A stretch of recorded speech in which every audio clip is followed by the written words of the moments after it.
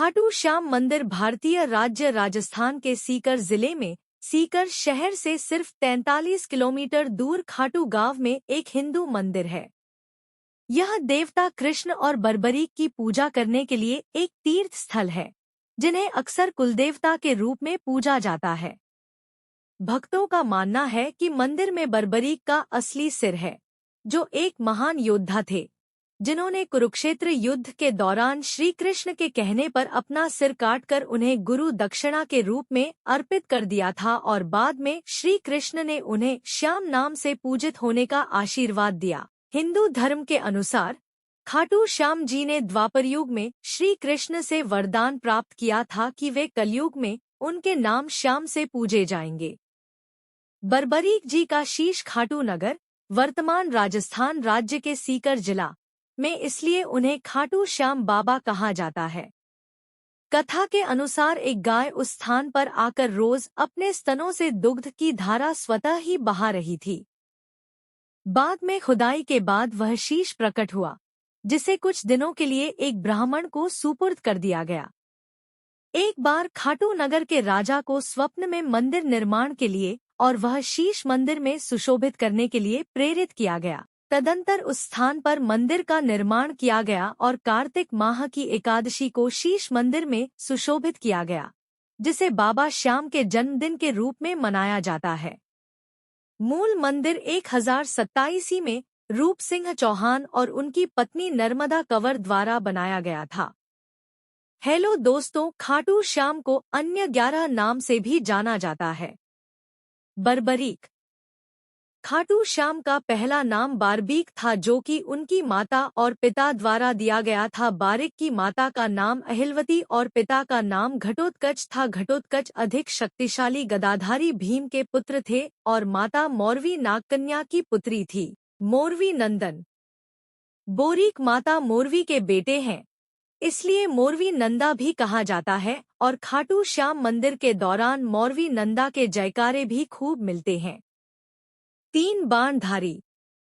बर्बरीक भी अपने पितामह और पिता की तरह अत्यंत उत्कृष्ट योद्धा थे।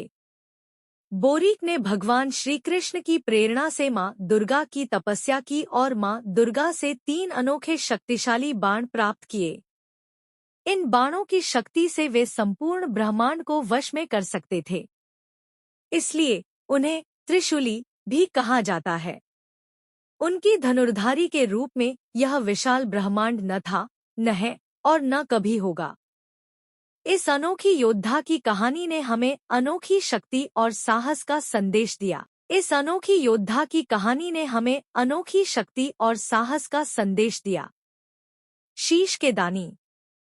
जब बर्बरीक ने महाभारत युद्ध की बात कही थी तो उन्होंने भी इस युद्ध में भाग लेने की बात कही थी और अपनी माता मोदी के पास जाकर उनका आशीर्वाद प्राप्त किया था।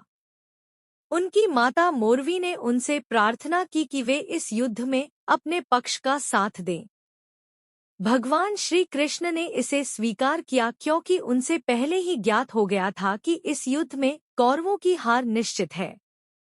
बोरबीक ने ब्राह्मण के रूप में उपस्थित होकर दान में अपना शीश मांगा और उसे दान कर दिया।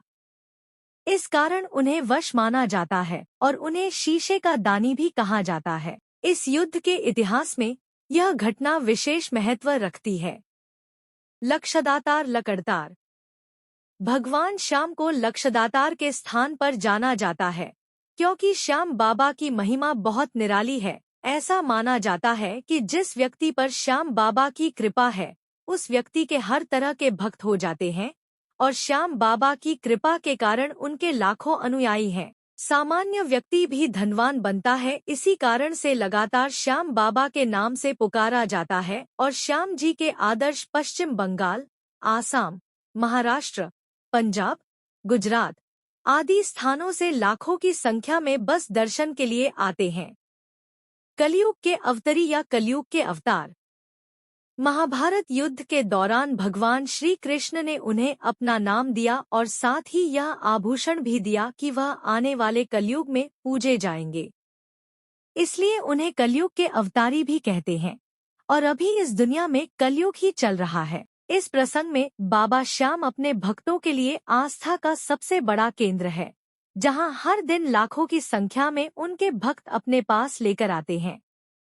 उनका ऐसा विश्वास है कि भगवान खाटू श्याम सभी भक्तों को पूर्ण करेंगे और उनके भक्तों को आनंद और शांति प्रदान करेंगे। खाटू श्याम जी के 11 नाम।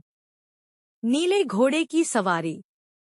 भगवान श्याम को नीले घोड़े की सवारी भी कहा जाता है क्योंकि बर्बरी के पास जो घोड़ा है वह नीले रंग का था, इसलिए उन्हें नीले घोड़े की सवारी भी कहा जाता है। और कई भक्तों को नीले घोड़े की सवारी भी कहा जाता है क्योंकि स्थानीय भाषा में नीले रंग की लीला है। इन्हें नीले घोड़े की सवारी या लीले का घोड़ा भी कहा जाता है। श्री श्याम। श्री श्याम। जब विश्वास का अद्भुत संगम होता है तब श्री कृष्ण ने अपनी अनोखी शक्ति से बारिक के दिल में एक नया ज्ञान का प्रकाश डाला। उन्होंने अपनी भावना को एक नए आयाम और बर्बरीक को अपने वास्तविक रूप में बेरोजगारी का अवसर दिया। श्री कृष्ण ने अपने मन की गहराइयों में भगवानों को अपनी अनोखी विभूति का दर्शन कराया। उन्होंने उन्हें युद्ध के पूर्व इस धरती पर पूजा का महत्व और सराहनीय क्षत्रियों के शीश की आहुति की मांग की। बैरिक ने अपनी आत्मा को अपने पास रखने की तैयारी की, लेकिन उन्होंने एक शर्त रखी कि वह महाभारत के युद्ध का दर्शन करेंगे। भगवान श्री कृष्ण ने अपनी इच्छा पूरी करने के लिए ऊंची पहाड़ी पर अपना शीश स्थापित किया, जहां उन्होंने संपूर्ण महाभारत युद्ध के दर्शन किए। भगवान श्री कृष्ण ने अपनी साहसिक यात्रा निकाली और उन्हें सर्वोच्च वीरों का दर्जा दिया, साथ ही उनका नाम श्याम दिया। इस अनोखी घटना के कारण बाबा श्याम को श्री श्याम के नाम से भी जाना जाता है। हारे का सहारा। हारे का सहारा। जब किसी व्यक्ति की जीविका में हर स्थान पर स्थित ज्वालामुखी के अस्त और निराश हो जाते हैं और बाबा श्याम की भक्ति में लग जाते हैं तो उसके सारे दुख और पाप नष्ट हो जाते हैं और उनके ऊपर बाबा श्याम की कृपा बरसती है। इसलिए बाबा श्याम हारे का सहारा भी कहा जाता है। और एक सिद्धांत यह भी है कि महाभारत युद्ध में जब वीरांगना माता से युद्ध के लिए आशीर्वाद दिया था तब उनकी माता ने अपने हारे का सहारा लेने के लिए कहा था, इसलिए भी बाबा श्याम हारे के सहरा नाम से भी जाने जाते हैं। खाटू नरेश। खाटू नरेश। बाबा श्याम को खाटू नरेश के नाम से भी जाना जाता है क्योंकि वह राजस्थान के सीकर जिले के खाटू नगर में स्थित है और भगवान श्री कृष्ण से उन्हें श्याम नाम की डिग्री मिली हुई है। इसी कारण से उन्हें खाटू श्याम या खाटू नरेश के नाम से भी जाना जाता है।